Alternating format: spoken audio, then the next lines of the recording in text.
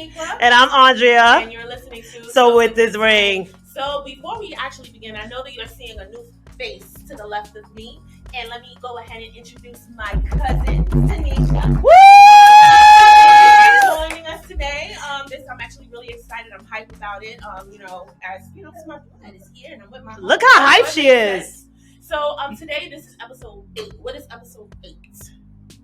So what's your dating style? Somebody wasn't ready, so I got her. I got you.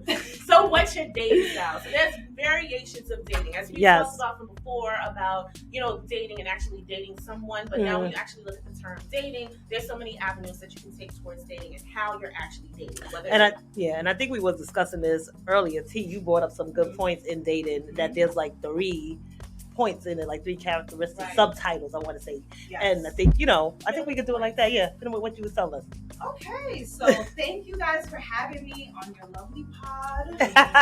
I'm glad that I could share any insight and stuff that we have going on. So first things first, when we think about dating is not just a one-size-fits-all kind of process. And I think that sometimes a lot of people don't really understand what dating can be for them, right? And this is how a lot of people end up in situations that are not good fits for them, just because they don't date in a way that is conducive for them, right? So there's like 3 different dating styles that we have, right? So one of the main styles that people talk about the most recently is casual dating or fun dating, right? And the good thing about casual dating is that a lot of times we have all these expectations in our heads, but when we do casual dating, this allows you to be open to receive different kind of energies and not force things and not pressure yourself to make sure something works. Right. Yeah. The key thing in casual dating is just being open, but the key thing here is to find somebody that is very transparent with you. Exactly. Yes. That's like a huge issue that a lot of people are trying to understand within themselves. It's like they get into something with somebody and then they don't ask the right questions. Right. Yeah. So communication is important for that. Right. And I think that is the key part. We always talk about that communication is key, especially, in dating and looking for what you potentially want to look for, in dating. So I definitely agree with you on that topic. Right, because that would alleviate any problems from actually happening if you just let them know what it is up front. Like when you're first getting involved with someone, whether it's a situationship, casual dating and everything that you just mentioned, if you just let them know, like, okay, this is what I'm at. This is where I'm at right now in my life and what I'm looking to do. Either you're on board or you're not on board. Yeah. And it's not a matter of you being rude or disrespectful. It's a matter of, being 100 and saying, this is what I'm looking for right now. Can you provide that? Are you cool with that? But then you have people that really, they'll do that and agree with you and then turn out they really not into that. So how do we decipher, or we have to go through the motions with that person to realize that they wasn't really, I guess, on the same wavelength as you. Right, because it sounds good in the very beginning, and then after a while things change. And that's the thing, we are not responsible for somebody else changing. So the only thing that we're responsible for is what we say, what we're letting that person know. So we're letting them know, hey, this is just a casual dating. I'm just trying to test the waters out there to understand, what I really want from my partner. Yeah. And so this is not anything serious. So you can still do you. I'm still going to do me. And people are trying to think like, all right, cool, that's no problem. But then that can change, and that can be on a matter of the fact that you catch your feelings for the person that had mentioned that that's the case, or maybe they're just like, no, I'm not with it. Like, I'm too old to be doing stuff like this. Like, I want to find somebody who wants to be settle down and stuff like that. So it could be a variation of different things. It's so funny when I was watching Late at Night Girlfriends. I always that's just, and it was the beginning, and I always think about Joan with her dating and all the rules that she had, like with all the rules of my 3-month rule, of celibacy, or the 3-month rule of this or that, and it's like, wow.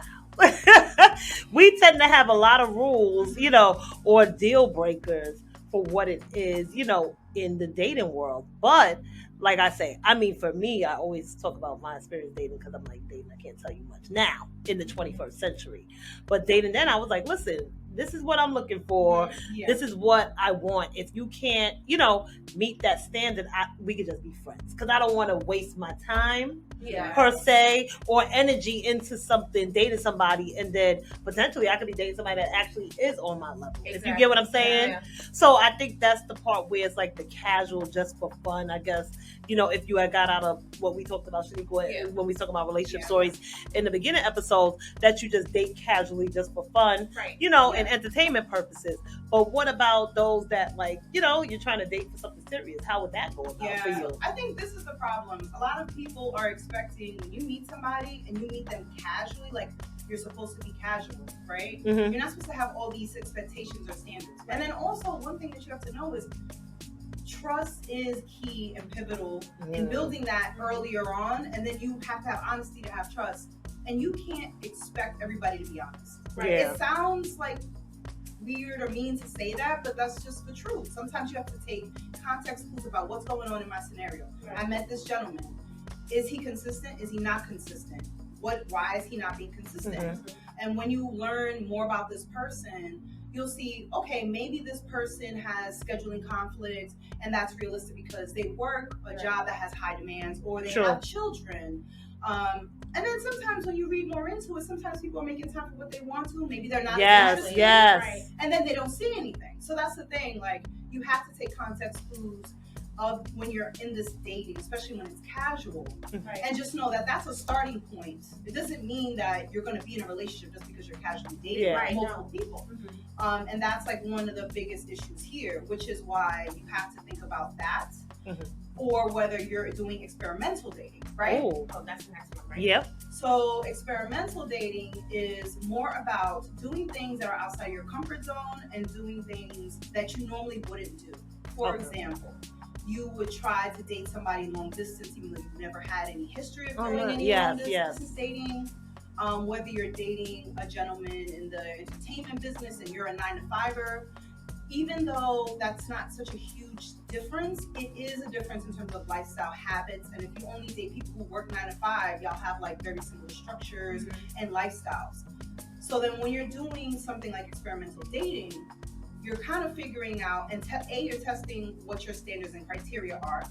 B, you're learning more about what do I really want?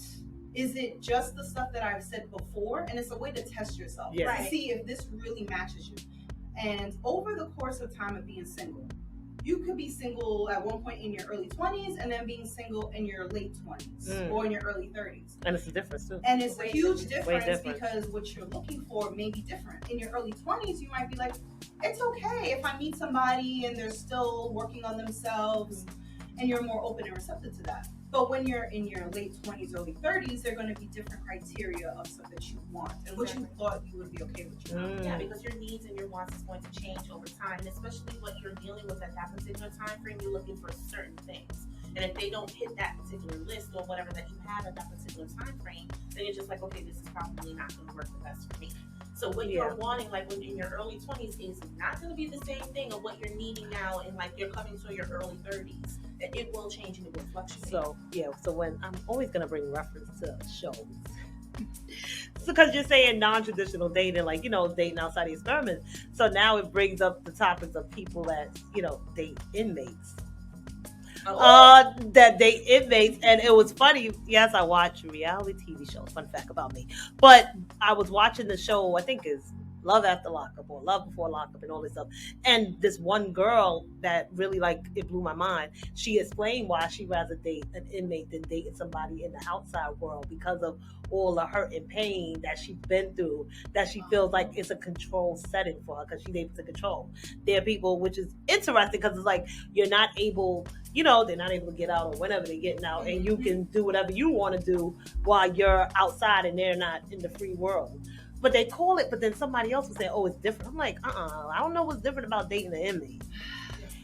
That sounds very controlling, number one, and selfish. And dating is not a matter of being selfish. It's a matter of everyone bringing something mutual to the table and working off of each other. So in that context, yes. But I'm just saying, but it's deeper.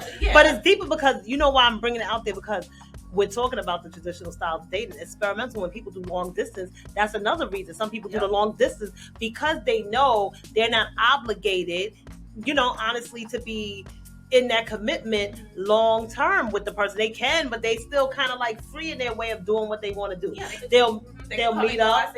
Exactly. Yeah. Or and then you'll end it like, oh, you know what? The distance is too much for me. It's not working out. But then that can sometimes bite them in the ass, by the way. Exactly. That person who's long distance is hearing this, okay, well, how about I decide to move closer to you so we can continue this relationship at that point? True.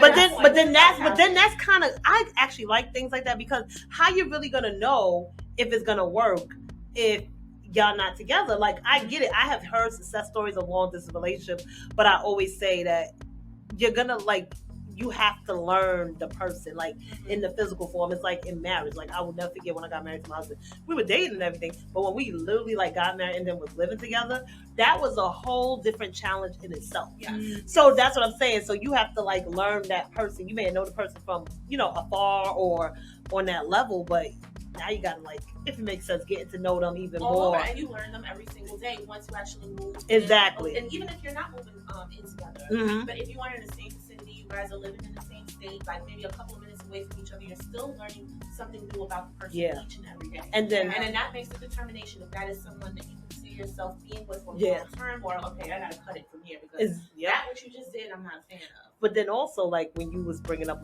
experimental dating, I thought about speed dating. Yeah, speed. I never did speed dating, but I've done it. I can tell you, it's interesting. Oh, she used the word.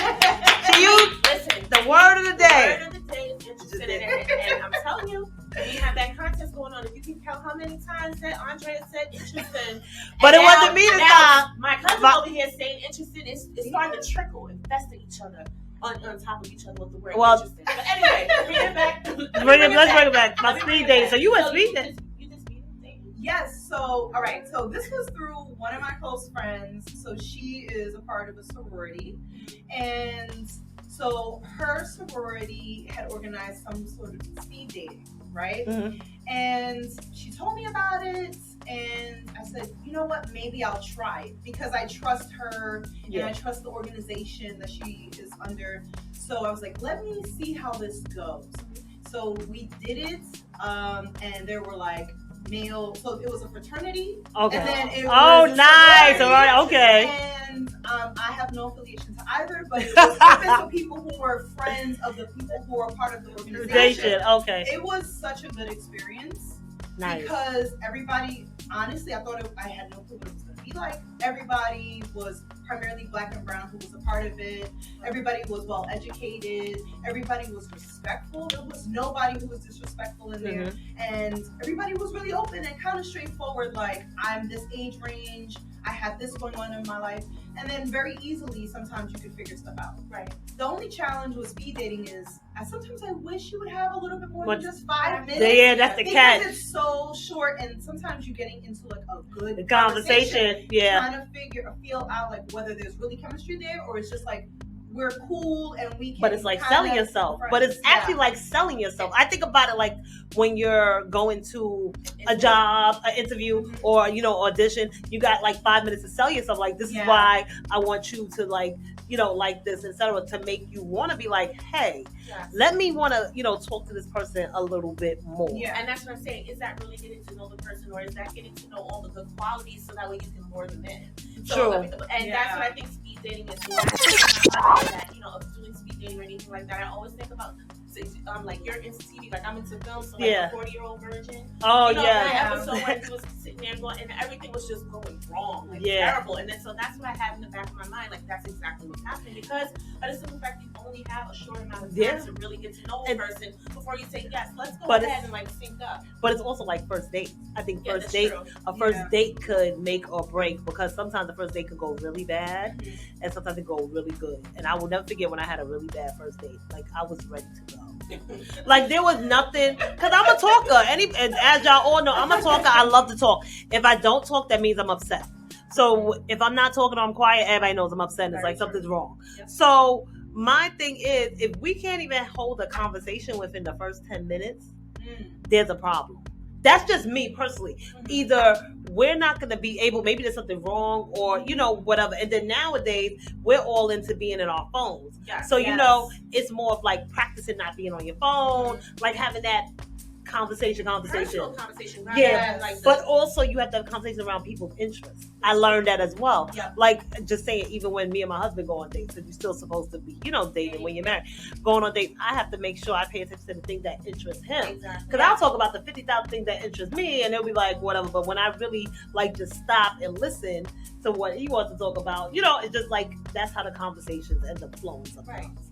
And it happens because some people are just quiet.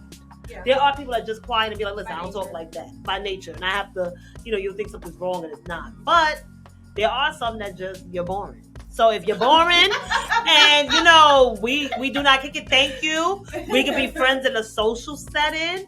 But, that's what I think it is. Sometimes it's chemistry. Just because somebody looks good on paper.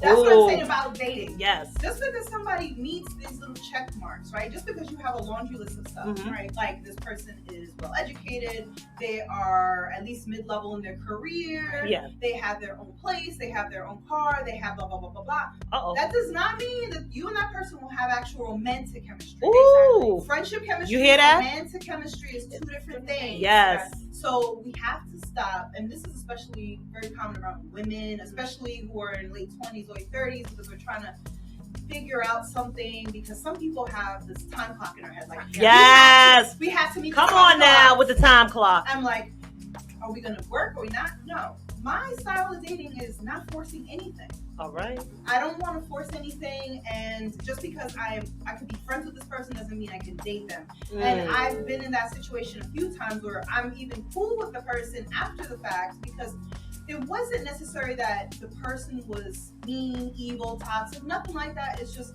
our lifestyles are different. Who we are in terms of what we want in romantic life, we probably wouldn't be able to meet each other's needs in that sense. And that's also okay to say that, but you also have to be transparent, right? To even be receptive to that situation. Ooh. Right. Not control it by lying or withholding stuff. Yeah, but you are able to find out whether or not if you mesh well as that person on a romantic level, or if they're just there for friendship, like what you just mentioned. Sometimes you have a better chemistry with the person of them just being your homegirl, your homeboy, or something like that. And that's it. Just simply platonic. But I think it's the good points of what you said. We women, we have this time frame of doing things. And I remember I had one of those time frames. And I remember once you let things go and let it flow, it actually works out better. So it's okay. We talked about this before. Having standards are okay. Right. But having the standards to the point that it's hindering you to actually find love or to enjoy life as what it is, then that's the big thing that you really have to think about. Because, that's what people think about. Oh, they have a great job. Oh, they have the car, they're perfect. What was that movie? Now it brings me back to that movie. I know, because we have a reference to everything. Which one? The movie that was with Taraji, and she was playing like this multi-million-dollar businesswoman, and she was like talking about like she had this list of standards and stuff like that. Think like a Man? Was it Think Like a Man? Yes, it was Think Like a Man. And then she ended up dating the guy who was like a chef and wasn't making That's what I'm saying. Because she was a big time like ad executive or something like that. And the thing is, like we tend to have those high standards on the basis of what we know we bring to the table. So we want somebody to be able to match that, not thinking. Honestly, sometimes the best relationships is your opposite. The person that doesn't get, that's not giving you the same thing that you're giving. Like whatever it is that you fall short, and they're able to pick up that part, then they end up being like the best person. Yeah, because I think I saw something, and it's funny. It's just in dating, but it's talking about relationships in general, where they was talking about you need to about women, like how they say if you want a man to pay everything. I think it was recent, social media flow, like if you want a man to pay everything, then you're in the wrong something. It was just weird. I was like, you know what? I totally understand. Like sometimes we do have our standards a little twisted. And that's kind of crazy to think about it. Like, okay, yes, that's for men, yes. They should be the one the quickest to pick up the bill, but that does not mean that they have to pay for everything or pay all the bills or pay all the bills. No, we're working women, we're independent. We should be able to pay bills too. But it's good to know that you have a significant other in the event that you don't have it. Then he will be able to have it for you. But that whole mindset of like, oh, he has to pay for everything. If he can't pay for anything, then I can't be with him. Then guess what? I guess you're gonna be alone. Or you're gonna be with a sugar daddy. The way that I see it. Girl. We said it alone. Sugar daddies, they be asking for sugar money. Look,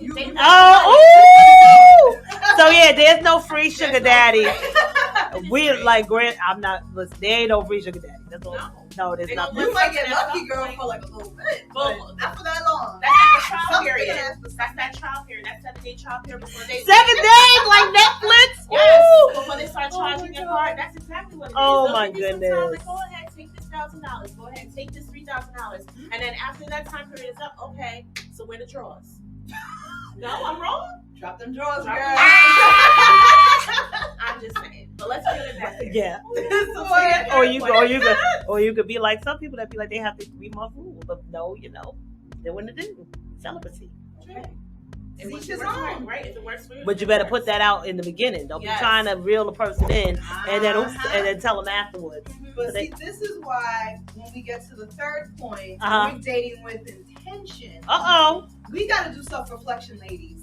Ladies and gentlemen, we got to look at ourselves and what we're saying and what we're putting out there, because that's very important.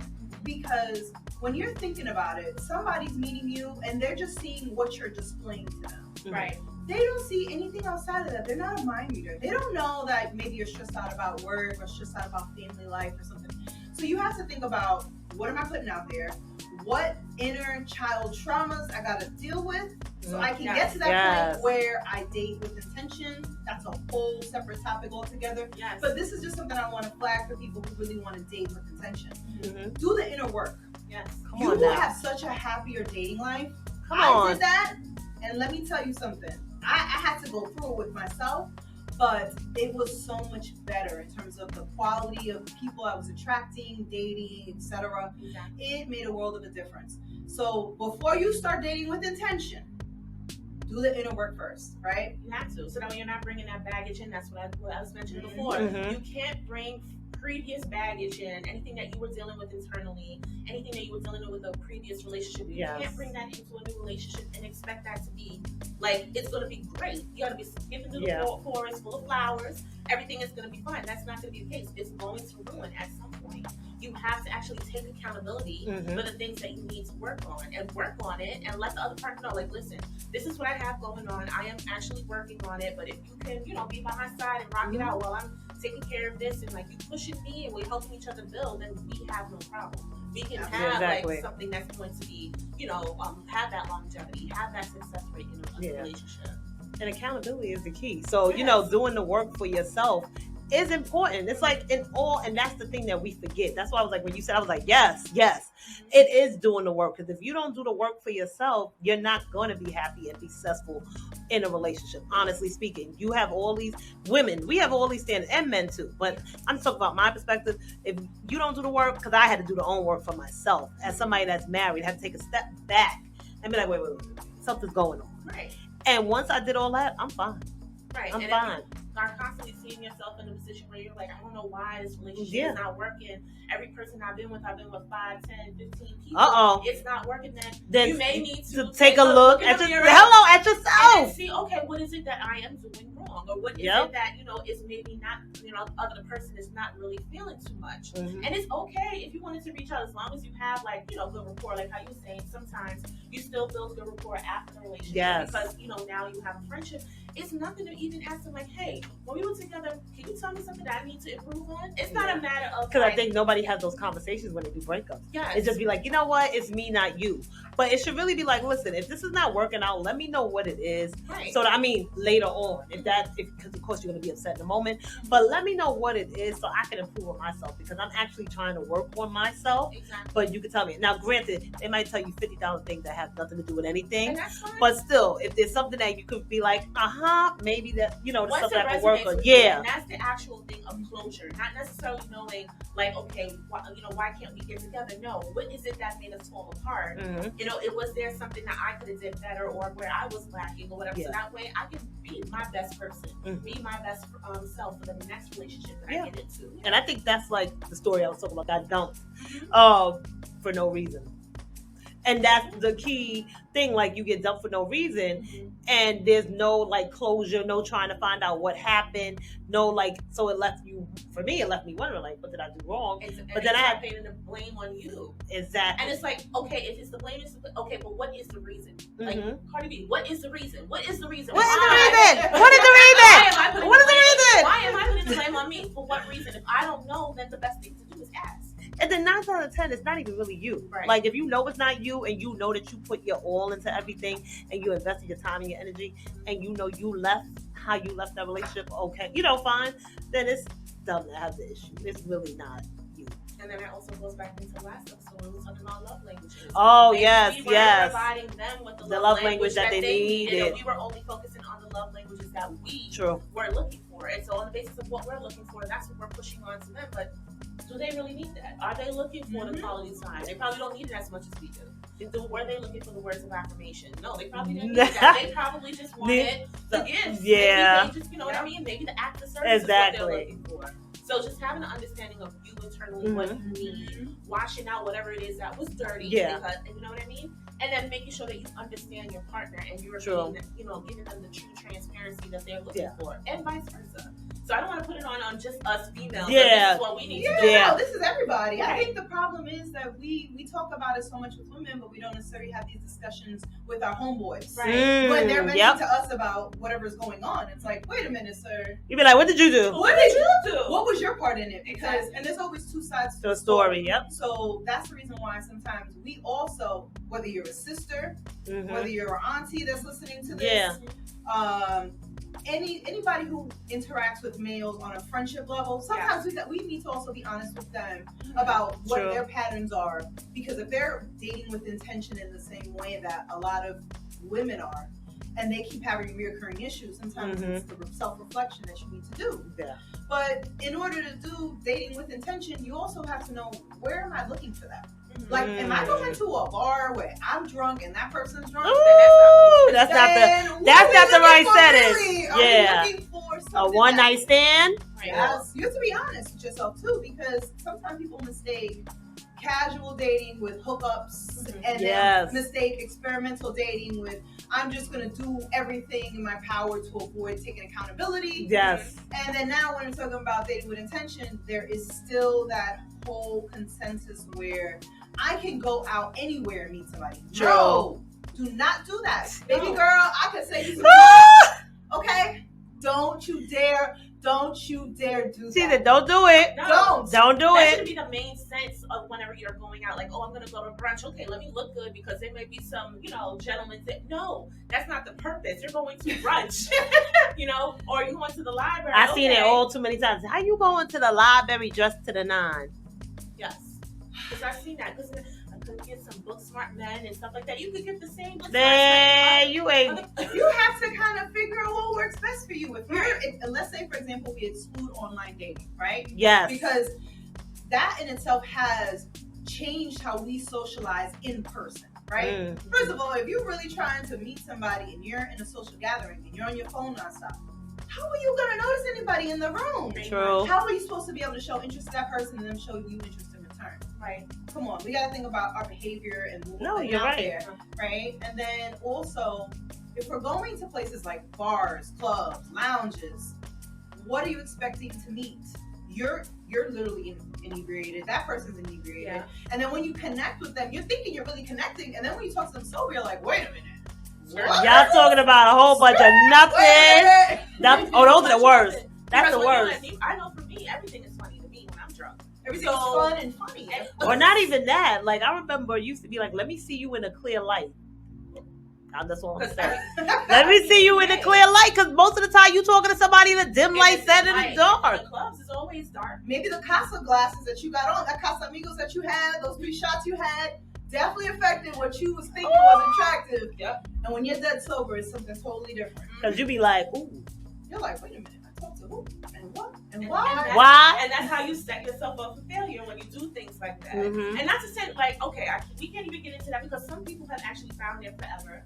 by actually going to a bar and stuff like that. If it works for you, it works for you. Yeah. But I'm just saying that can't be the only places that you're going No. to try to find somebody. Like bars and clubs can't be. Well, some people bars and clubs and lounges. That's to for me casual. Some people go to that's church for casual too. And not putting you to church. Some people go to church too. Yes, you can go to and church. the supermarket. You can do networking. Yeah, networking. Right? You can meet good quality people at those type of events. Yeah. But that doesn't guarantee it. Right. So you have to go into things with real standards, real expectations, and expect the unexpected too. Oh yeah, always. You have to expect the unexpected. It's very hard to date when you date with intention. I mean, yes, I've done all the stages, right? Uh-huh. I was a person who was in a long-term relationship, so I went through all these phases and got into 2 serious long-term relationships. And being single again after those years of me being committed, I understand now that dating with intention is going to be much harder. Okay. And don't settle just because somebody yes. pops up in front yes. of you. Like, this is the person That's that the seems key. to kind of like me and I kind of like them, and you're not into it enough. Yes. Yeah.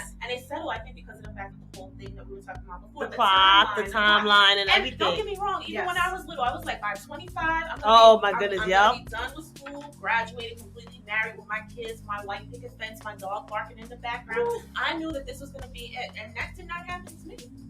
And it doesn't happen to many people. No, and I think not anymore. No, not anymore. And I think it's also, like I said, putting in the work. Right. I think we have the the perception, and this comes to in general from what we see, from what we've seen on TV or in real life. It's about putting in the work, and I think it's having those realistic conversations and knowing, and not having the timeline, because love can happen to you at all ages, which is something that, we'll be talking deeper about soon. But it does. It's not just capped out at age 25 to 30. Exactly. I have seen people tell me they find a lover, they're like at the 50 and above. Yes. At 50 and above, like you see it all the time, and they're getting married and everything. Right. So my thing is, we have to really cut that out. Like, cut out the, I'm at this age, I'm not going to be where I'm going to be at, or I have to hurry up and get that, because what happens is you rush into it, like what you're saying, and then you end up being miserable and unhappy. And not, and then back to square one again. Right. So my thing is, you do what is best for you, as we always say, absolutely. And what works for you. In your timing. When the timing is right, it will happen. But because that was kind of like that what you was talking about, the lady who just got married, she was 70 years old. I loved it. Yep, and I loved it. And that's amazing. Love will happen at time when it's right, when it's the right time for you. So the fact that you're out there yearning and looking for it and stuff like that, you're not going to get your best quality. You're going to get whatever it is that's available. But it's there. But it's like what T said. It's also doing the work. You have to do the internal work, and I think we need to promote that more as women. We have to do the internal work within ourselves. Yes. I mean, men, I suggest you do the internal work as well. But goes both ways. But I have to say that because so many times we hear women say, "Oh my goodness, I want X, Y, and Z," or "I want what you got," right? And I'm like, look, and I always tell somebody, you don't want what I got. Not saying it in a bad way, because I had to work to get what I have, and I had to build to get what I had with my person. Exactly. So my thing is, everybody's relationship is different too, because what may work for mine is it won't work for yours. Yours is totally different, and vice versa. So, and that's the point that Yeah, and they're only seeing what's on the surface. Yes. Goes behind the scenes. You're gonna only see what I'm wanting to put out there. You don't understand that I probably cursed out my man a couple of days ago because it's in fact been doing something dumb. Yeah. But on the surface, I'm going to give you whatever it is that I want to give you, and that's the same thing goes to show as far as TV shows. We see these happily ever after things that are taking place. You don't know what has taken place behind the scenes. There's always a behind the scenes in every relationship, every friendship as well, because we don't want to block that out as well. But in regards to dating, there's always a behind the scenes. There's steps to get to wherever they are now. But it's also what you're showing too. Exactly. Let's not forget that, because people will show you, will show you the perfect picture of what their relationship is on social media, and that's how you'll get I want that, and you don't know what's going on behind the scenes. Exactly. So now I understand what you mean by when I talk about everybody, people saying, "Oh, that's relationship goals." That's but no, you want your own goals. You want to set your own goals in your relationship. If you don't want to mimic what somebody else is doing. You want to set the tone as far as something that feels good for both parties. And I say that because there was somebody I was following, and they, this is in all seriousness, they was train, all the stuff. Then turn around, it wasn't what it was. It was like a serious situation that it was like, wait a minute, but you was like, something was off, and then the person like explained it. Well, I was just trying to put up I'm not putting up nothing. So that's why I respect some people that keep their relationships private in the eye of social media. You really don't need to be knowing every move that I make with my family, honestly speaking, because that's a privacy type thing. Whatever we put out on social media, it's the same thing on this platform. I mean, we spill everything here, but but to a certain extent, we gotta be mindful of that too. Of what you want to see or display. But we're gonna give you honesty. Honesty, of course, most definitely. But then we also have to keep in mind that there's also another factor in that. But by me being transparent about things that has happened, there's also another person that probably doesn't want that information out there. Exactly. So we have to also keep that into consideration as well, but at the same time still being able to speak our truth. And that's what I'm saying, as far as like the online media and everything being there, you post whatever it is that you want to post. If you want to post as if like your life is amazing and things like that, that's fine. If you want to post the nitty gritty, like I just cursed him out, but that is okay. But at the same time, understand while you posting this stuff, people become then invested. So when they're asking you, well, what happened to that? And then you coming back to like, oh, mind your business. It's kind of like, well, sis, we're on episode 7 of your whole entire story that you've been posting. and I be over here doing the back work investigating. So don't be doing nothing, because I be over here investigating when I got some downtime. Right. So why can't I? You gave me all of that or whatever, the builds up and everything. Yeah. So then when you go ghost, I'm like, okay. What happened? Okay, what happened? Woo, Why are you being so nosy? It's not about nosy. You gave me everything. So now we invested. I want to know what's going to happen season 2. Yeah. Exactly. Let me know what's happening here. No, but I know. I'm being serious here. I know. But this is why you have to stop. People have to stop taking stuff at face value on social media. And when you're thinking about, I'm dating with intention, what do I really want? It shouldn't be what you're seeing on social media. It should be what you Come really on, girl. want. Exactly. Like, stop trying to mimic other people's relationships, because it might not be the situation that you actually really want. Yes. I'm sorry, but that's just what happens a lot of times. Right. And a lot of people learn that the hard way. They're like, I want this type of person because I see so-and-so with this kind of situation and she looks happy. How do you know that she's really happy? Are you close enough to that person to know whether they're really happy? Exactly. This is where, when dating with intention, you have to outline, what do I really want? But that also takes for you to know yourself. Exactly. One of the things about dating that it'll do is it'll teach you so much about yourself as a human being. Yeah. Because sometimes people go into dating, they don't even know who they are. And then they're like, I want to like partners. Like, how do you want to like partners? You don't know yourself. You don't know who you are. And then now you're trying to force somebody to accept you when you don't even know what it is that they're supposed to be accepting. Right. And I have to say, because that was me. I didn't know who I was or anything like that. Because of the simple fact of me having such a strict household, when I got out there, I was just like, all right, I got to learn this stuff as I go. Yeah. So I was one of those people where I'm just like, okay, I really don't know what I want. What I do know that I want is companionship. Yeah. I want somebody that at the end of the day I can come home to where I'm not lonely. Yeah. But then at the same time, I was like, there's more to it that I should be getting. And now as we get older, now I have an understanding. I'm not married, but now I do understand. I have an understanding of what I want, what I know that is expected of me, and not just saying that everything has to be on my partner. That's not his responsibility to uplift me. It's for me to uplift myself and be confident within myself. So that way, once both parties are confident, I don't see there being an issue. Once both parties are being transparent and they're open and they're honest about what they both need, what they both bring to the table, then I don't see there being any issues. Completely. Of course, every now and again in every relationship, you're going to have a few bickering here and there. That's what's going to happen. Yeah. Naturally, as humans, we're going to agree to disagree, things like that or whatever, and that's just the normal. Yeah. But it's on the basis of what exactly it is that you will be able to tolerate. As long as there's no aspect of disrespect, then you should be able to get past it accordingly, and that's also in a friendship as well.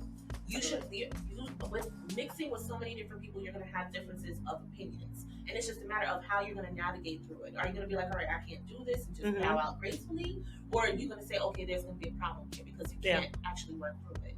So, now that's what I was saying. Like, for me, you do need to understand yourself as far as what you're expecting of others as well as what you expect from yourself. Any baggage that you have previously, that has to be, unpack that baggage. Do whatever it is that you need to do, unpack it. Do a lot of self-care. Take time for yourself. Date yourself if you need to for a certain amount of time before you can give yourself whole to somebody else. I agree. And it's also okay to recalibrate. You could be dating with intention and feeling frustrated, like, this isn't working. Why isn't this working? It's okay to take a step back. Yep. And then reassess what your criteria is, how you're meeting people, all these other things. And then kind of have time to yourself and recenter yourself. Yeah. Okay. Because you don't want to be dating and be frustrated. And sometimes inadvertently, you're displaying frustration about why you're not at the place that you want to be at. And people see that. I don't think that a lot of people understand that. It's like, you can feel it. Like me personally, I'm empath, so I feel everything. I feel energy in a way different way. So when I'm meeting somebody, I can kind of feel and sense certain things about them, and it's unspoken. Yes. It's all like exuding off of their body, just energy. Their presence. Yes. And it's okay to take a step back for a few months, 6 months, a year if you need to do that, and then go back into it and try again. And sometimes you have to modify or tweak some of the things that you're doing. Exactly. Yeah. And that's okay.